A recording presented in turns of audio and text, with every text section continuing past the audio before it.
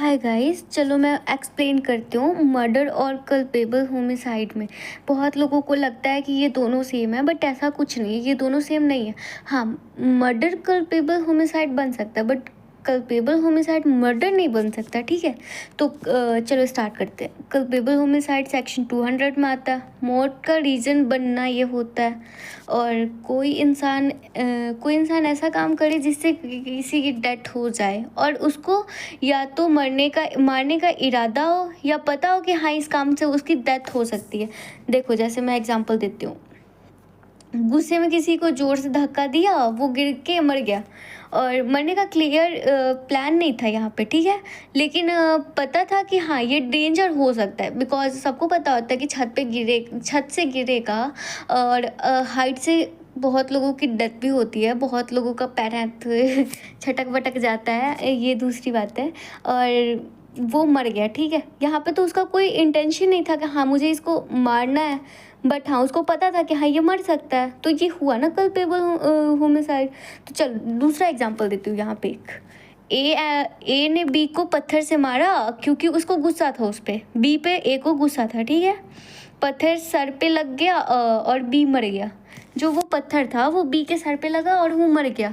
यहाँ इंटेंशन मारने का भी हो सकता है क्योंकि यहाँ उसका गुस्सा था, ए का गुस्सा था बी पे, तो यहाँ इंटेंशन हो सकता है। लेकिन नॉलेज थी कि सर पे पत्थर मारने से जानलेवा हो सकता है, तो ये हो गया ना कल्पेबल होमिसाइड। उसको पता था कि हाँ सर पे मारेंगे तो हाँ यहाँ पे उसकी डेथ हो सकती है, तो यहाँ मतलब उसका प्रॉपर प्लान नहीं था कि मुझे मारना है, बट हाँ मरा ना वो। देन सेकंड, चलो मर्डर अब करते हैं। मर्डर सेक्शन 300 में आता है। मौत का यहाँ क्लियर प्लान होता है, जैसे ये कल्पेबल होमिसाइड डेंजर फॉर्म है। यहाँ क्लियर इंटेंशन होता है किसी को मारने का, या ऐसी इंजरी दी जाती है जिससे नॉर्मली किसी भी इंसान को मरने लायक छोड़ दिया जाता है। ठीक है, और वो अपने आप मर जाएगा। जैसे मरने लायक कर ही दिए तो वो तो मरेगा ही ना। तो एग्जांपल देते हैं। प्लान बनाकर किसी को जहर दे दिए या फिर किसी नाइफ से किसी को जानबूझकर जानलेवा हमला किए। ओके, और फिर उसके बाद ये करते हैं, एक और एग्जांपल देते हैं हम आपको। ठीक है, तो ए ने प्लान करके बी को जहर दिया और मरने के लिए clear intention, deadly act murder. देखो, जैसे ए ने कुछ प्लानिंग किया कि हाँ मुझे इसको मारना है, तो बी जो था वो घर से निकलता है, तो ए बोलता है कि चलो इसको शूट करते हैं। तो उसके सामने वाले बिल्डिंग से ए जो है वो जाकर शूट करता है उसको, और उसको पता था कि हाँ यहाँ से मारेंगे तो ऐसे करेंगे, यहाँ से एंगल उसके घर का है, मैं उसको मारूंगा तो हाँ यहाँ पे उसको गन से लग सकती है, वो मर जाएगा ऐसा। ठीक है, अब ये तो हो गया, यहाँ पे समझ आती है। देन आगे करते हैं।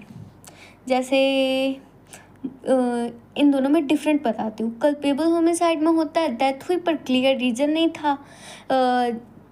यहाँ पे जैसे डेथ होती है तो क्लियर रीज़न तो नहीं था, बिकॉज उसका तो हाँ मारना है, बट कैसे मारना है आई डोंट नो, मतलब उसको कुछ पता नहीं था ऐसा।